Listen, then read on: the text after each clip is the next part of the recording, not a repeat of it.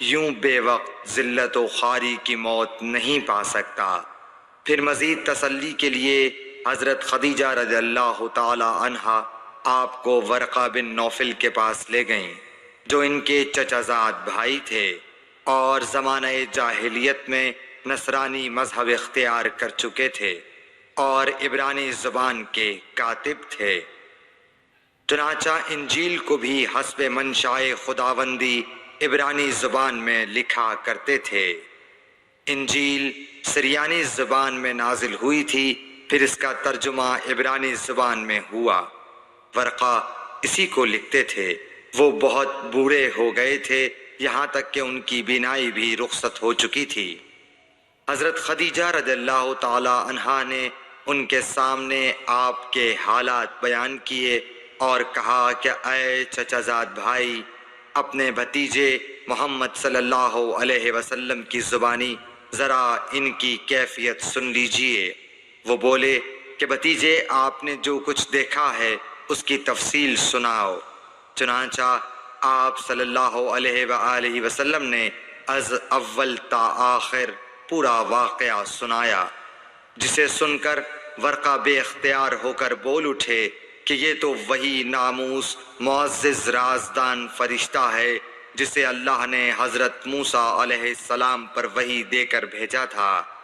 کاش میں آپ کے اس عہد نبوت کے شروع ہونے پر جوان عمر ہوتا، کاش میں اس وقت تک زندہ رہتا جب کہ آپ کی قوم آپ کو اس شہر سے نکال دے گی۔ رسول کریم صلی اللہ علیہ وآلہ وسلم نے یہ سن کر تعجب سے پوچھا کہ کیا وہ لوگ مجھ کو نکال دیں گے، حالانکہ میں تو ان میں صادق و امین و مقبول ہوں۔ ورقہ بولا، ہاں یہ سب کچھ سچ ہے، مگر جو شخص بھی آپ کی طرح امر حق لے کر آیا لوگ اس کے دشمن ہی ہو گئے ہیں۔ اگر مجھے آپ کی نبوت کا وہ زمانہ مل جائے تو میں آپ کی پوری مدد کروں گا۔ مگر ورقہ کچھ دنوں کے بعد انتقال کر گئے، پھر کچھ عرصے تک وحی کی آمد موقوف رہی۔ صحیح بخاری حدیث نمبر 3۔ حضور اکرم صلی اللہ علیہ وآلہ وسلم نے وحی کے رک جانے کے زمانے کے حالات بیان فرماتے ہوئے کہا کہ ایک روز میں چلا جا رہا تھا کہ اچانک میں نے آسمان کی طرف ایک آواز سنی اور میں نے اپنا سر آسمان کی طرف اٹھایا۔ کیا دیکھتا ہوں کہ وہی فرشتہ جو میرے پاس غار حرا میں آیا تھا وہ آسمان و زمین کے بیچ میں ایک کرسی پر بیٹھا ہوا ہے۔ میں اس سے ڈر گیا اور گھر آنے پر میں نے پھر کمبل اوڑھنے کی خواہش ظاہر کی۔ اس وقت اللہ پاک کی طرف سے یہ آیات نازل ہوئیں، اے لحاف اوڑھ کر لیٹنے والے، اٹھ کھڑا ہو اور لوگوں کو عذاب الہی سے ڈرا اور اپنے رب کی بڑائی بیان کر اور اپنے کپڑوں کو پاک صاف رکھ اور گندگی سے دور رہ۔ اس کے بعد وہی تیزی کے ساتھ پے در پے آنے لگی۔ صحیح بخاری حدیث نمبر 4۔